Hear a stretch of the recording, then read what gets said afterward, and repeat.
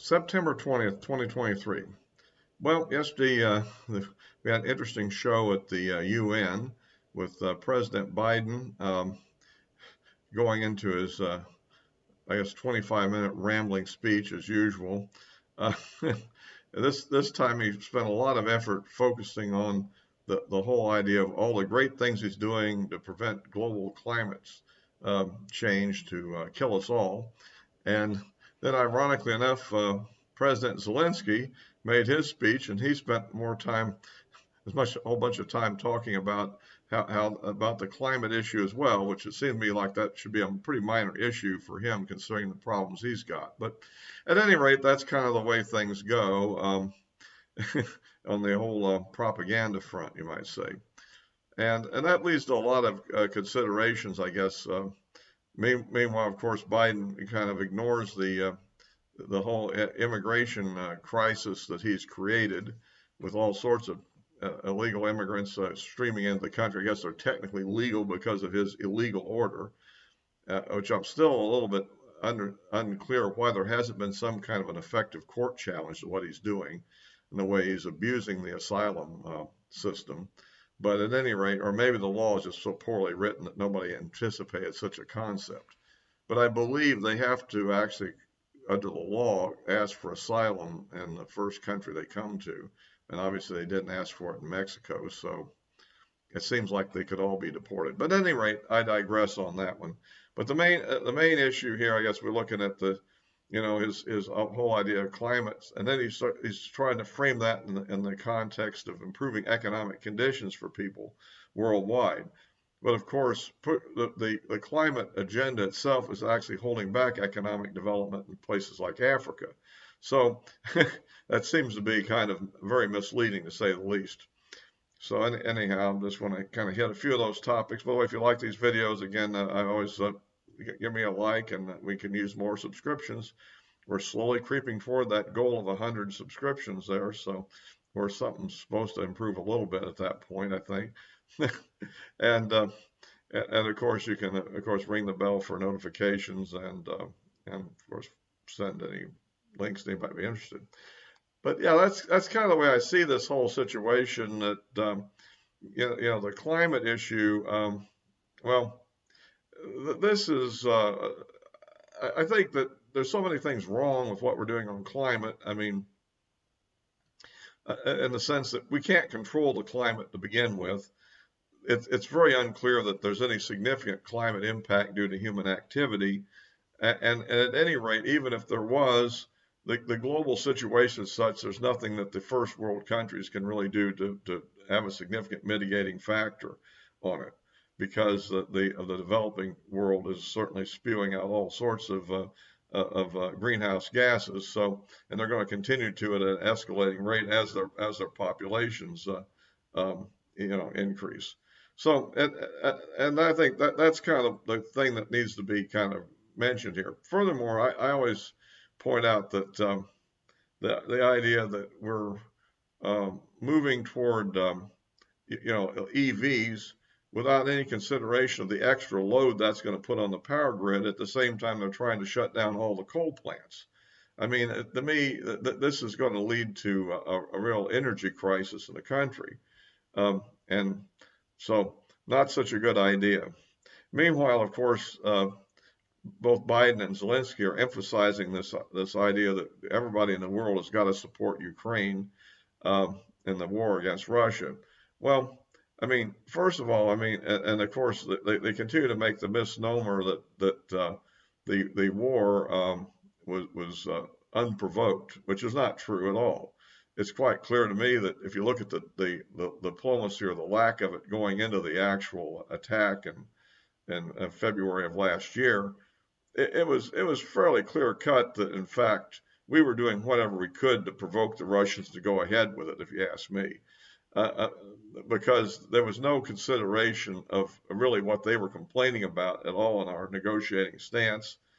And so what did they think was likely to happen? I mean, while I always make the comment that it was definitely the provocation and justification are not the same thing.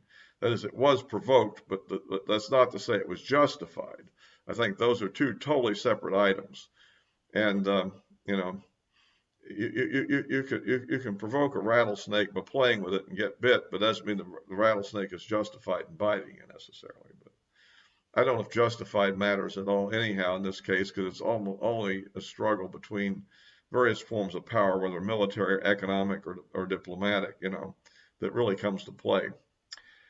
But anyhow, and of course, then they always have the misnomer that, first of all, I don't see at this time there's much likelihood that Ukraine is going to be completely conquered. At the same time, I don't think there's much likelihood that Ukraine can actually defeat the Russians and expel them from all their claimed territories either. It's a situation that is kind of a stalemate. I think that it may move over to a Russian advantage at some point, but whether they would really want to try to occupy all of Ukraine and to deal with the insurgency that would be going on forever to try to maintain that is another issue. And at the same time, it seems like it would be kind of foolish for us to think that the deterrence of direct attack on NATO depends on Ukraine to defend NATO. I think that's a rather weak and unrealistic posture. I sincerely doubt that the Russians are actually going to engage in a war with the United States in order to take over the Baltic states. I think that's doubtful. And if they get into Poland and Romania, then I think that they would have an ongoing conflict that would become quite massive. So I think that was always kind of a bogus assertion that's always being thrown out there that doesn't really reflect the actual situation. So that kind of hits a lot of the high points. But like I said, on the mixture of the climate issue and the war in Ukraine in this one presentation was, I thought, rather strange, and trying to concoct the two of them. But anyhow, that's kind of the situation on that, and I thought I just kind of had to make a few comments on it. I didn't get to hear anything